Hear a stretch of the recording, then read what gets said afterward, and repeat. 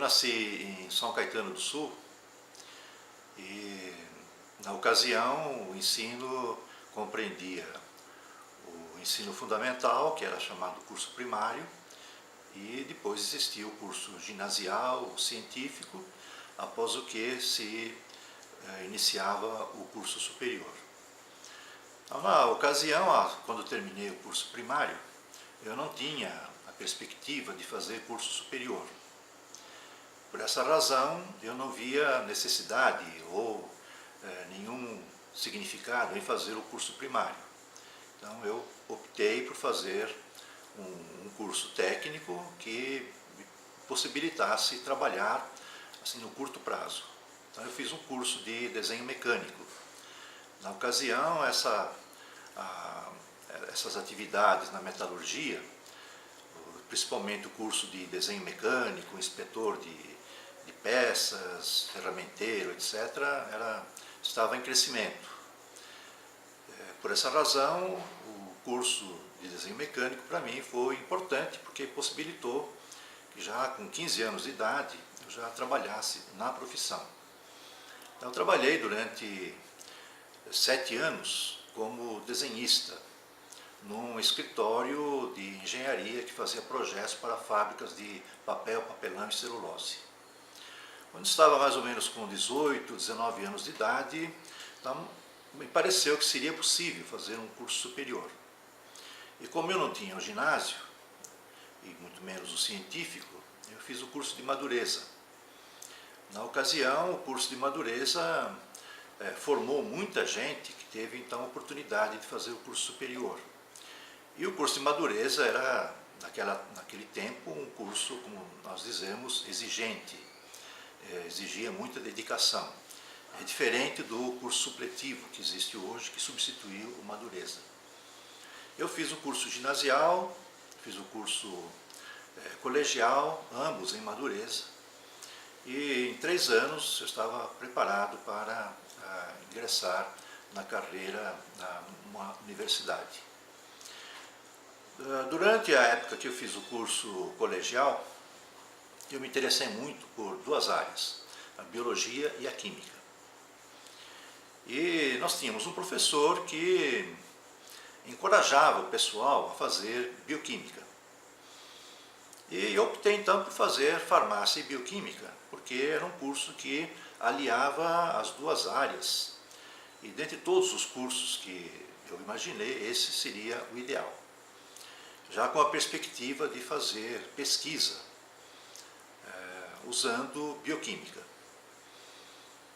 No curso de farmácia e bioquímica, eu me interessei bastante pela área de botânica, principalmente da disciplina de farmacognosia, que é uma disciplina que estuda todas as fontes naturais que podem fornecer medicamentos, podem fornecer drogas para uso medicinal.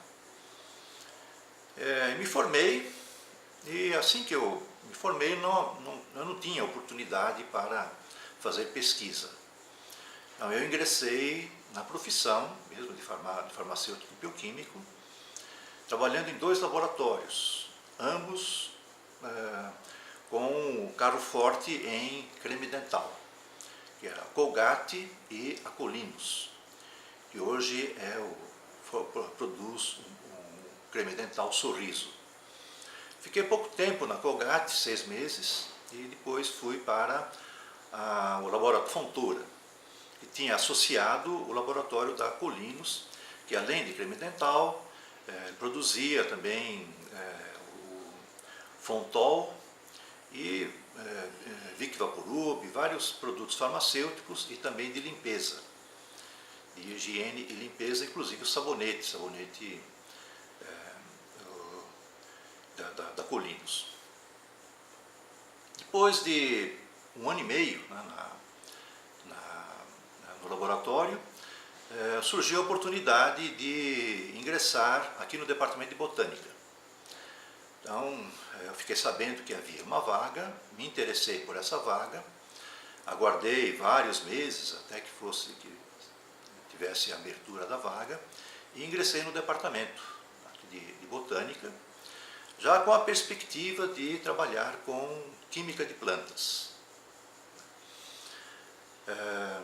Na ocasião, existia aqui o professor que estava fazendo quimiotaxonomia, que era o professor José Bonzani da Silva, e existia outro grupo que trabalhava com anatomia.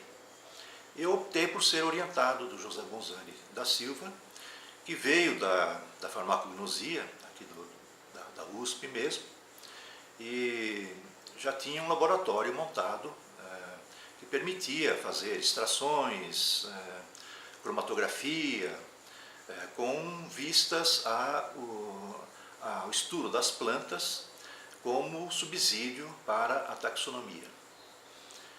Eu fiz o mestrado sob orientação do José Bonzani da Silva, com o estudo anatômico e químico da folha de Bauhinia holophila, uma espécie muito comum no Cerrado, que apresenta grande quantidade de metabólitos secundários, principalmente fenólicos.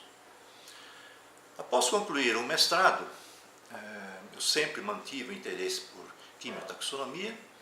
Na época, na década de 70, foi a época de ouro, né, do uso de metabólitos secundários em taxonomia.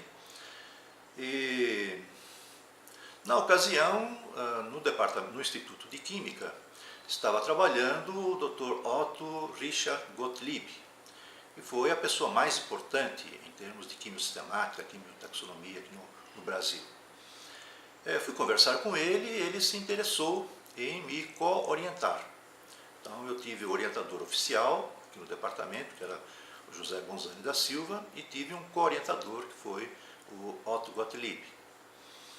E nós desenvolvemos um trabalho baseado na distribuição de alcaloides quinolizidínicos da subfamília Faboideae, subfamília Papilionoide de leguminosas.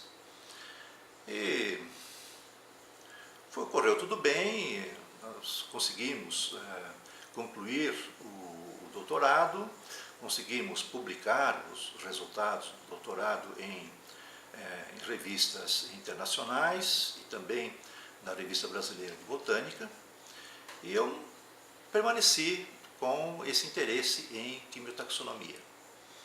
Aqui no Departamento de Botânica, nós tínhamos a necessidade de introduzir os alunos no laboratório, né, de fitoquímica, dar uma iniciação em química de plantas, para que eles pudessem fazer teses e dissertações em quimiotaxonomia.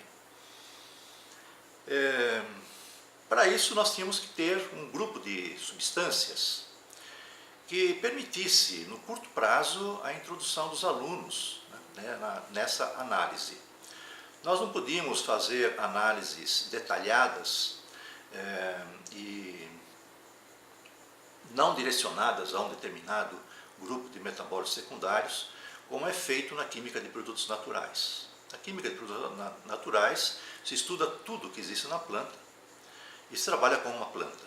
Então, para fazer quimiotaxonomia, nós tínhamos que ter a possibilidade de rapidamente, questão de 6 meses, 1 ano, né, analisar 10, 20, 30 plantas e ter então os resultados que pudessem agrupar as plantas de acordo com as afinidades químicas.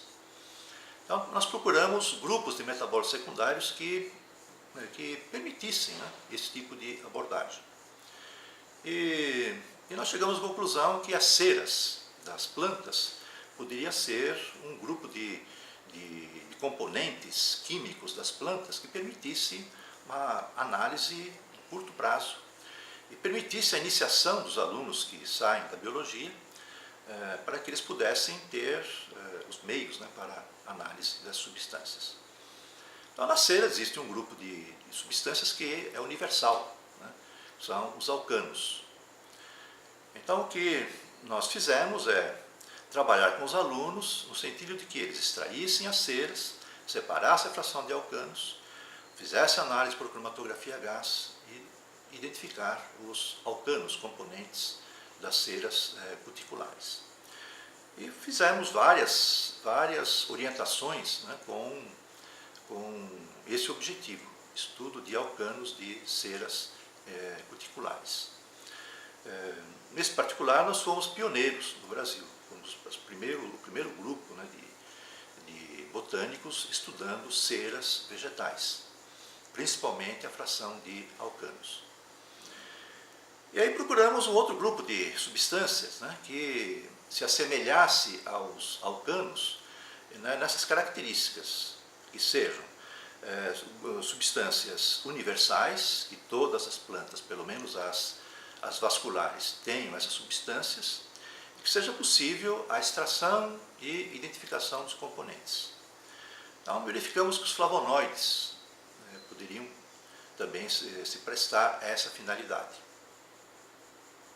Fizemos um pós-doutorado, né, nos Estados Unidos, depois fizemos uma complementação em Buenos Aires, com uma pesquisadora lá da Argentina, que teve contato com Jeffrey Harbour. E Tom Mabry e Jeffrey Harbour foram as duas principais figuras, né, do século passado na análise de flavonoides. Então, eu tive contato pessoal com o Tom Mabry, no Texas, e depois complementei esses estudos com a Maria Antonieta, de Buenos Aires, que teve contato com o Harbour. Então, essas duas experiências possibilitou que nós introduzíssemos aqui no Departamento de Botânica uma linha de pesquisa baseada em flavonoides. Orientamos vários alunos com análise de flavonoides com fins taxonômicos, e nesse ínterim os flavonoides passaram a assumir uma importância muito grande como substâncias ativas em plantas e que podem favorecer o organismo no sentido de defendê-lo, né, contra agressões, né, do próprio organismo, que são os radicais livres. Então, os flavonoides assumiram assim, uma importância muito grande em medicina e em alimentos. Passamos então a ter o interesse, né, nos flavonoides também com esse objetivo. Flavonoides como substâncias antioxidantes. E começamos a trabalhar com flavonoides e substâncias afins do grupo das substâncias fenólicas das plantas, como os fenilpropanoides, com interesse agora medicinal. Na década de 90, apareceu no campo das pesquisas um produto, que é um produto apícola, mas que tem componentes de plantas. E passou a ser assim, um grupo, uma substância com grande procura, com muita pesquisa, que é a própolis. A própolis tem como principais componentes dois grupos de substâncias que nós fizemos assim no departamento o nosso grande objetivo, né, que são as ceras e os flavonoides. Então, os constituintes principais de própolis são ceras, cera de abelha, e substâncias fenólicas que as abelhas retiram de plantas. Então, mais ou menos a partir de 1990, nós começamos a trabalhar com própolis. E fomos também um dos primeiros grupos do Brasil a se interessar por esse produto. Eu orientei um mestrado com própolis com o objetivo de sugerir parâmetros e sugerir métodos para o controle de qualidade de própolis. Então, esse trabalho foi publicado e atualmente é um trabalho importante, bastante consultado, pelo fato de que a própolis é uma substância, né, muito pesquisada no Brasil e no exterior. E atualmente nós temos no laboratório pesquisas envolvendo quimiotaxonomia, nós não abandonamos esse objetivo, e plantas medicinais e própolis. Temos alunos de iniciação científica, alunos de mestrado, alunos de doutorado e pesquisadores com pós-doutorado estudando fazendo linhas de pesquisa com esses objetivos. Publicamos também, na década de 2000, publicamos um artigo com plantas medicinais do gênero Croton. E foi o ponto de partida para o estudo de espécies do gênero Croton, que ocorrem em praticamente todos os ecossistemas brasileiros, e é um grupo também de plantas muito estudado no Brasil e no exterior, com o objetivo de detecção, identificação de substâncias e determinação de atividades biológicas, né, para fins medicinais. Ou medicina alternativa, a medicina popular alternativa, ou mesmo como fonte de moléculas ativas medicinalmente. Estamos agora com o objetivo de introduzir no laboratório métodos que permitam a determinação de atividade biológica sem o recurso de biotério. Existem várias atividades que podem ser estudadas no laboratório sem o uso de animais de laboratório. Um exemplo é a atividade anti-HIV, baseada na inibição da transcriptase reversa. Então, nós temos uma pós-doutoranda desenvolvendo essa metodologia usando extratos de Croton e substâncias isoladas de Croton com esse objetivo.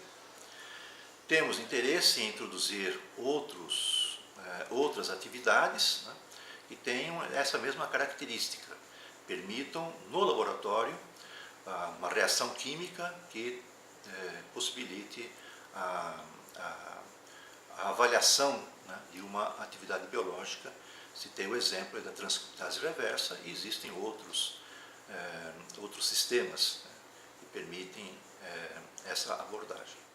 Eu tive a satisfação, né, de ser orientando do Dr. Otto Gottlieb, e o Dr. Otto Gottlieb e outros colegas, né, para mim, tem sido modelo, né, de pessoas que atuam em pesquisa. Então, o Otto Gottlieb é como modelo de uma pessoa incansável, uma energia, uma quantidade de energia incrível, né? A capacidade de trabalho que ele tinha é realmente admirável, e uma pessoa assim com ambição. É uma pessoa que era realmente bastante ambicioso em pesquisa. Eu acho que todos nós devemos ter essa atitude, né? Como se costuma dizer, pensar grande. Então, ele realmente foi um modelo para mim nesses aspectos. Tive a satisfação também de trabalhar com ele pelo fato de que ele sempre teve tempo, né, para me receber. Era uma pessoa extremamente ocupada e nunca, nenhuma circunstância, eu me lembro de ter chegado lá e dizer, olha, no momento eu estou ocupado. Não, ele sempre estava pronto para me receber, sempre com aquele entusiasmo, né, muito grande que contagia todas as pessoas que orbitavam ao redor dessa figura que foi ímpar, né, na pesquisa no Brasil. Quando a botânica sofreu um impacto, né, muito forte, né, de uma área que foi fundamental em toda a filogenia de todos os organismos, que foi a filogenia molecular. Como nós tínhamos um laboratório de fitoquímica, e as pessoas no laboratório de fitoquímica, dentro do departamento, eram as que estavam mais familiarizadas com esses aspectos da bioquímica, nós aceitamos a incumbência de fazer um pós-doutorado no exterior para trazer para o departamento as técnicas de sequenciamento de DNA com vistas ao refinamento das filogenias. Para isso, então, eu fiz um pós-doutorado na Universidade de Athens, Universidade da Geórgia em Athens. E o meu supervisor foi o David Giannazzi, que é uma pessoa muito importante na quimiotaxonomia e que depois teve uma iniciação em filogenia molecular E nós fomos para lá exatamente para absorver essas duas experiências, né? A experiência dele em quimiotaxonomia e a experiência que ele adquiriu com o sequenciamento de DNA e as técnicas de inferência filogenética, baseada na sequência de DNA. Nós fizemos um pós-doutorado de 1 ano, entre 1997 e 1998, e montamos aqui a infraestrutura para análise molecular. E tivemos a oportunidade de fazer pesquisas, né, com a colaboração de colegas e de pós-graduandos. Eu orientei um doutorado, que foi o do Eduardo Gomes Gonçalves, que atualmente é docente na Universidade de Brasília. E depois do Eduardo, tivemos a oportunidade também de orientar dissertações de mestrado e tese de doutorado, né, com essas abordagens. E tivemos então também a participação de pesquisa nesse aspecto, né, da filogenia molecular. Quando nós iniciamos a nossa atividade docente no departamento, nós trabalhamos no curso de botânica para a farmácia. Eu devo ter trabalhado 2 anos letivos nessa disciplina, e essa disciplina foi eliminada do currículo de farmácia. A Faculdade de Ciências Farmacêuticas resolveu que os docentes dariam o curso de farmacobotânica e depois de farmacognosia. E passaram-se aí 1 ou 2 décadas, né, os alunos de farmácia não tinham contato com o departamento de botânica. Nessas circunstâncias, então, eu procurei outras disciplinas que eu pudesse colaborar, né? Eu trabalhei durante, creio eu, que uns 7 anos na disciplina de Fisiologia Vegetal. E eu colaborava com os professores, primeiramente nas aulas práticas, em toda a disciplina, e depois eu comecei a dar aulas teóricas na parte de metabolismo, com respiração, fotossíntese, CAM, C4. Eu dava essa parte teórica da disciplina. E depois, com o crescimento da quimiotaxonomia do nosso laboratório, eu passei a me interessar por taxonomia. Por essa razão, eu deixei de lecionar em Fisiologia Vegetal, mais ou menos em 1980, e comecei a colaborar com o pessoal da Ana Maria Giulietti, que ministrava a disciplina de taxonomia. Fiquei aí uns 10 anos, mais ou menos, lecionando taxonomia. Depois, a disciplina de botânica econômica já existia no departamento. O professor responsável era o professor José Bonzani da Silva, e eu me interessei, né, devido aos aspectos de botânica aplicada, a me interessar por essa disciplina.